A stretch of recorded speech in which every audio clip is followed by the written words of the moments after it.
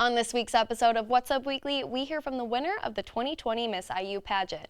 And we've got some very special furry guests joining us. Some animals from the Zoopolis Petting Zoo will be right here in studio. You're watching What's Up Weekly.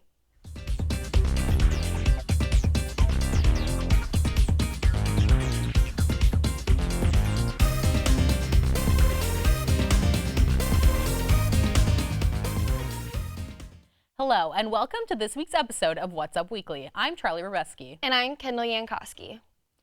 IU senior Alexandria Ford was crowned Miss IU 2020 this week at the annual Miss IU pageant. Her platform, Take a Seat at the Table, centered around female empowerment, while other contestants chose talents ranging from sign language to cello playing to Latin dance. Ford chose to give a mini TED Talk about gender stereotypes. She says she hopes to empower young women by partnering with organizations like Girls Inc. here in Bloomington. I definitely want to partner again with Girls Inc. That would be the biggest thing for me, just to be able to reach young girls directly. So that's really what I want to do with my platform, as well as just represent Indiana University. Those interested in joining pageantry at IU can find more information at missindianauniversity.org. So spring break is right around the corner, and whether or not you're bikini ready, it's important to be ready for whatever comes your way. In fact, multiple popular spring break destinations have travel advisories implemented by the government. The Bahamas, Costa Rica, and Mexico, a lot of places where college students are going this year, all have level 2 travel advisories.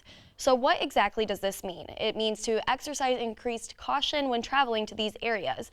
And ways to increase caution include being aware of your surroundings, do not physically resist any robbery attempt, do not display signs of wealth, enroll in the Smart Travel Enrollment Program, and follow the Department of State on social media for frequent updates.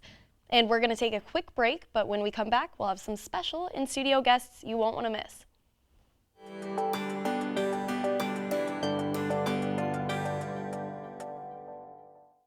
Welcome back. As promised, we are joined by Kathleen Bowen, the owner of Zoopolis, an exotic petting zoo in Nashville. A couple weeks ago, we spoke with Zoopolis about the impact of the Australian fires on wildlife. Well, they were gracious enough to be here with us today, and they brought a couple of friends along. Yeah, that's right. Welcome in, Kathleen. So tell us a little bit about the first animal that we have out here with us. This is a leopard Bengal. This happens to be a snow leopard Bengal. They are a house cat. They are 1/6 leopard. A man by the name of Bill Engel wanted to see if he could cure leukemia in house cats. Lions, tigers, and leopards don't get leukemia. And so he tried. It didn't work, but he created a new breed. And Bill Engel spells Bengal, so they're forever called Bengals, to be confused with Bengal tigers. But they are a domesticated house cat. They carry the spots, much more like a dog. Walk on leashes. Highly intelligent, easy to train, hypoallergenic, wow. And of course we have them there at Zoopolis for kids and adults to enjoy. So tell us a little bit about Zoopolis, just a little summary. Yeah, Zoopolis, I always wanted to touch animals. Mm-hmm. And when I was 2, my parents thought I crawled into the bear pit at the San Francisco Zoo because I really wanted to touch animals. And as I grew up, I found that there was just not very many places where you could really get up close and personal. So I got the concept that I would own the animals and make them pets and help imprint them so that the general public could enjoy them. Yep. We'd do the effort and you guys could come enjoy, pets, and that's what it was about. That's awesome, yeah. Well, and you have a couple other animals with you today. I do. Why don't we bring out the second animal here? You bet you. Yeah, so next out we have do you want to tell us a little bit about the next animal? Yes, this is King Julian. Anybody get any ideas who King Julian is? Yes, King Julian is a lemur. And oh my gosh. Yeah, he's got himself a little tangle, but he's on his way. King Julian is about 7 months old. Come on, honey, there you are.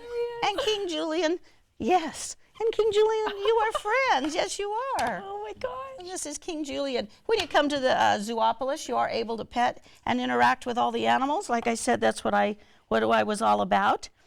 So you get to, and my concept is that by getting close to King Julian, it's much more easy to get people to want to donate and stop the clear cutting for Madagascar, because of course, lemurs can only live in the wild in Madagascar, and they're currently starting to clear cut that. So we need to do what we can to save their habitat. And if there weren't places like Zoopolis, you wouldn't be able to get that close to understand why it's so important that you save these animals. Exactly. Yeah. Now, as I can tell he loves to move it for sure. He does, absolutely. gosh. And in the evenings, he wrestles with this cat, and they actually roll down the. Oh my gosh. Roll. So are they friends? They are very much friends. Yes. And from what you told me last time, a lot of your animals are friends. They are, yes. Very young ages, they are introduced to other species, and so what happens is as they get older, it's a commonplace. So as you know, we have different animals, and they meet them, they're excited about it. Right. Yeah, It's a curiosity thing. That's yes. awesome. So what goes into training these exotic animals? You know, it can't just be like training, you know. Yeah, no, I was dog. sad to see. I was sad to see the circuses go, because what people didn't understand about exotic animals, you don't just train them and they're trained. You have to work with them every single day for hours, or they revert back to more of a wild state, a more aloof state. That part that they need to always make sure that they're safe starts to kick in, and they become wary. It isn't that they don't. Oh, he just jumped. Yes, he just jumped. Yes, you do. That's what you do. You move it. That's right. You do. Anyway, forgot the question. That's okay. Well, let's bring on the last animal that you have with us today. Yeah, we have one more. We have And this one is a more. chinchilla, Yes, right? I'm going to move the cat over this way just a little bit buddy. to you. So a chinchilla, can you tell me a little bit about? Chinchillas are the softest animal in the world. Okay. They were one of the first animals to be put on the, they're going to leave it here, on the endangered list. In the early 1900s, they were starting to go extinct, even though they had started out having hundreds of thousands of them. They were lining fur coats with them. If you want to touch her, you can see how terribly soft they are. And you can imagine what a fur coat lined in that would feel like. However, you can also imagine how many it takes to make a fur coat. So they were actually going extinct. So in the 1900s, that's when we started to wise up and realize that we needed to do things to protect our animals. And so they put them on the endangered list, and a man brought 11 chinchillas to the United States, and all the chinchillas in the United States today are descendant of those 11. Oh, wow. Crazy. Yeah. All right, well, thank you so much for bringing these Yes. animals out. And Well, last thank thing, you. where can our viewers find Zoopolis? How can they visit you guys? Yes, Zoopolis. The phone number is 812-764-4980. If you go to if you just type in Zoopolis, that's Zoo, Opolis, we come right up.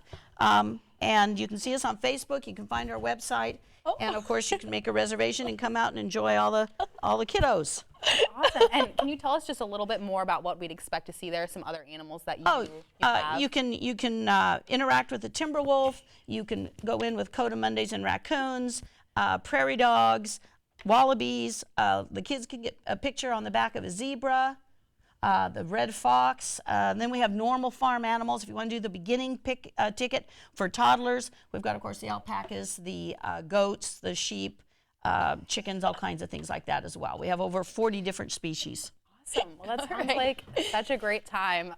Thank you so much, Kathleen, and the rest of Zoopolis for bringing these animals in. We loved having you. Thank you for having me. Yeah, of course. All right. Coming up on Trending Topics, we take a look back, oh my goodness, at a touching tribute at the NBA All-Star Game.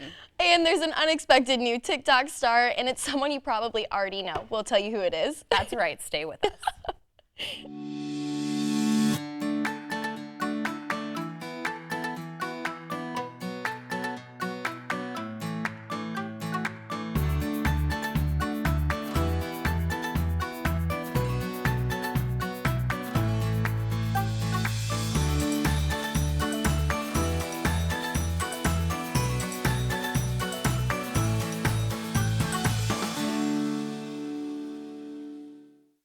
Welcome back. We begin Trending Topics with some tragic news. The former Love Island UK host Caroline Flack took her own life. She was found dead in her East London flat on February 15th.